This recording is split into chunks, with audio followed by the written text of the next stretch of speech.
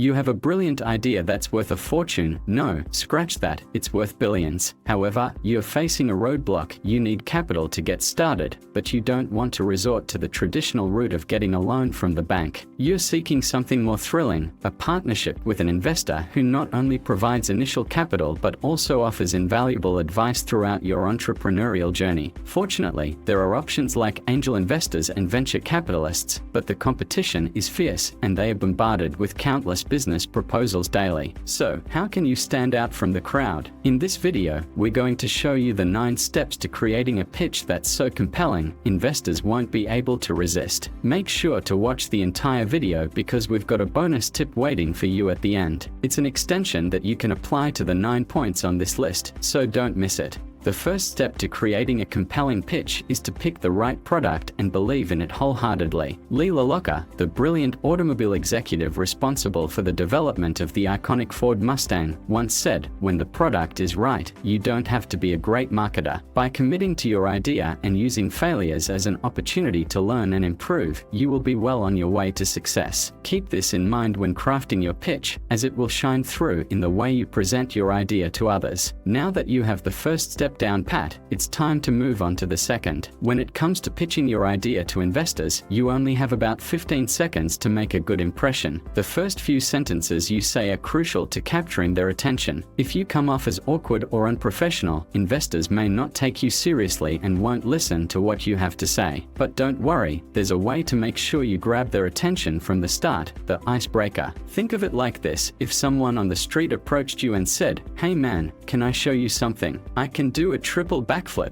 I swear, you'll be amazed by what you'll see. Give me 5 seconds of your time and you'll see that I'm right." You might be a little freaked out and call the police. But if someone approached you and simply said, "Hey, let me show you something," and then proceeded to do a perfect and elegant triple backflip landing in total harmony on the ground, you'd probably be blown away and more open to talking. That's the power of a dramatic presentation. It instantly grabs attention and interest. Instead of just telling investors how great your idea is or how much better you are than your competitors, show them with data, statistics, and examples of your successes. Videos and engaging presentations are a great way to do this. Consider using tools like Google Slides to create a dynamic pitch. If you're selling a product, make sure you have a prototype with you to show investors. And don't just talk about the benefits, put the product in their hands and let it sell itself. Starting your pitch with a problem is crucial because people buy products or services to solve a problem. So, if your idea doesn't solve any problem, it won't be appealing to potential buyers. Therefore, it's important to point out immediately what problems your idea solves and who the intended user is. For instance, if you're launching a business that sells light blue glasses that protect you from computer screens, you could start your pitch with something like this: "Do you know that since the lockdown started, half of Americans are said to have spent more time in front of screens, and 38% of them have also declared that their sight has worsened. This problem is set to rise since smart working has become a new reality for many people. In the long run, they could have permanent sight problems, but not with these glasses." By highlighting the pain point of your target audience, you show investors that you perfectly understand your niche. Don't be afraid to exaggerate and emphasize the problem, as it will make your pitch more persuasive. Once you've stated what the problem is, you can then introduce your idea as the solution. After stating the problem, your solution should follow as a natural fix. However, it's important to keep in mind that you might not be the only one providing the same solution. There will always be competition, and it's important to acknowledge that. To overcome the competition, it's best to state your unique selling points, USP. USP refers to the main features of your product or service that set it apart from others. They are things that only you can provide. Your USP can be a statement or a catchphrase that highlights what makes your product or service unique. For example, the USP of Domino's Pizza is you get fresh, hot pizza delivered to your door in 30 minutes or less, or it's free. This USP is excellent because it's transparent, to the point, and provides a unique service that no other company can match. Unique selling points are also great for addressing objections and fears that potential customers may have. When it comes to pitching your company to investors, it's not just about the product or the idea, it's about the story behind it. People love a good story and tend to become more attached to them. So, it's important to share your own story and the reason why you decided to launch your product. Investors want to know who you are, what motivates you, and what makes your idea unique. Sharing your milestones and achievements can help create trust with potential investors. But if you don't have a unique selling point, stating your mission or brand promise is a great alternative.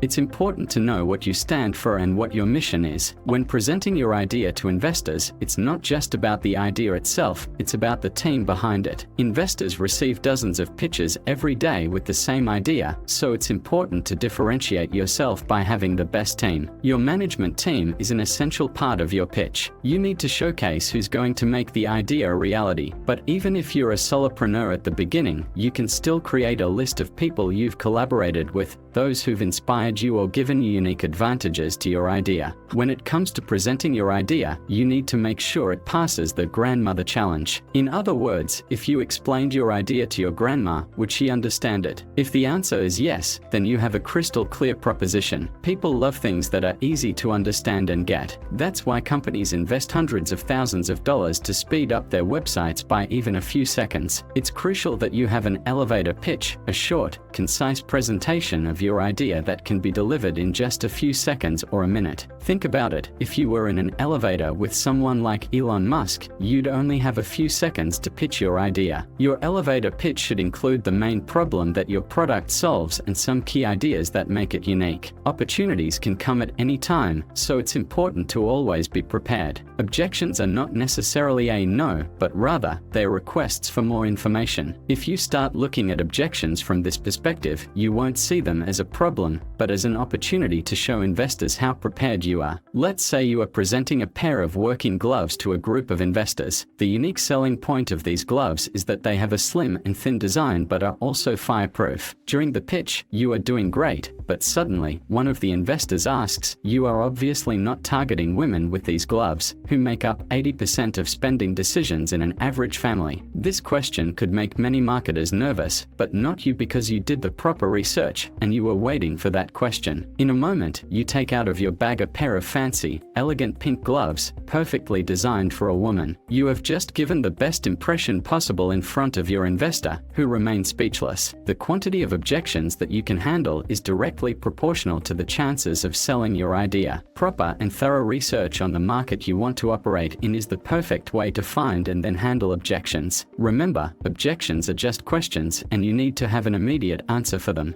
When delivering a pitch to potential investors, it's crucial to clearly outline what they can expect to receive from their investment. There's nothing more frustrating for investors than being left in the dark about what they'll get out of it. To avoid this confusion, make sure to emphasize the exact amount you're seeking from investors and how you plan to pay them off. By being transparent and upfront about these details, you'll instill confidence in potential investors and make it easier for them to make a decision. So, be clear about what investors can expect to gain from their investment and how it will benefit them in the long run. Congratulations on being at this point in the video. If you've made it this far, it's clear that you have a strong entrepreneurial spirit and are looking for ways to bring your idea to life. As a bonus tip, we recommend asking a lot of questions throughout the pitching process. This tip applies to any of the 9 points we've covered in this video. When you reach the end of your pitch, it's common to ask investors if they have any questions. However, it's important to remember that asking questions should go both ways. By asking questions, you can find out what investors are unsure about regarding your project, and this is the best way to address objections and move toward their commitment. Thank you for watching. Before we go, I'd love to hear from you. Which point from this list resonated with you the most and why? And if you have any questions or suggestions, please leave them in the comments below.